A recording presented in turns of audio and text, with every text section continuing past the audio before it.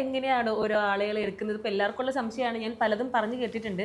പക്ഷെ എങ്കിലും കുറച്ചിപ്പോഴും ഒരു കൺഫ്യൂഷൻ നിൽക്കുന്നുണ്ട്. ഇപ്പോൾ വീഡിയോസിനൊക്കെ താഴെ കുറേ കമൻസ് ഇങ്ങനെ കാണാം, പാട്ട് പഠിച്ചിട്ടില്ല പക്ഷെ നന്നായിട്ട് പാടാൻ അറിയാം, ഞങ്ങൾക്കും പറ്റുമോ, അവസരം ഉണ്ടോ, ഇല്ല ഒരു സ്ഥലത്തെങ്കിലും ഞങ്ങൾക്ക് ഒരു അവസരം തരുമോ എന്നൊക്കെ ചോദിക്കുന്നുണ്ട്. അപ്പോൾ ഇവരെയൊക്കെ എങ്ങനെയാണ് സെലക്ട് ചെയ്യുന്നത്, അല്ലെങ്കിൽ എങ്ങനെയാണ് നന്ദഗോപത്തിൽ നമുക്ക് ഭാഗമാകാൻ പറ്റുന്നത്? അഭി നമ്മളുടെ ഒരു ആൽബം ദേവദാസ് എന്ന് പറഞ്ഞിട്ട് ഞങ്ങളൊരു ആൽബം ഞങ്ങൾ റെക്കോർഡിംഗ് ഉണ്ടായിരുന്നു. അപ്പം അഭിയും കണ്ണൻ്റെ ഫ്രണ്ടാണ് അഭി. അപ്പം അവനെ കോറസ് പോർഷൻ പാടാൻ വേണ്ടിയിട്ട് ഞാൻ വിളിച്ചതാണ്. അവൻ കോറസ് പാടാൻ വന്നു. അപ്പോൾ അവൻ പാടുന്നത് നല്ല പയ്യനാണെന്ന് തോന്നി. ആണോ? നല്ല പയ്യനാണ്, നല്ല പയ്യനാണ്. ശ്രീലാലിനും മനുവിനൊക്കെ ആണെങ്കിൽ സപ്പോർട്ടായിട്ട് ഒരു സിംഗറൂടെ വേണം. അപ്പോൾ ആ ഒരു സമയത്ത് അപ്പോൾ നമുക്ക് ഇവൻ നല്ല ആപ്റ്റാന്ന് തോന്നി. അതേപോലെ തന്നെയാണ് ജയകൃഷ്ണൻ, നമ്മുടെ വയലിനിസ്റ്റ്. ജയകൃഷ്ണൻ ദുബായിക്ക് വന്നു. അപ്പോൾ ഇവിടെ നമ്മളുടെ വയലിനിസ്റ്റിൻ്റെ സ്പേസ് വന്നു. ആ സമയത്ത് കിട്ടിയ ആളാണ് നമ്മുടെ അഖിൽ.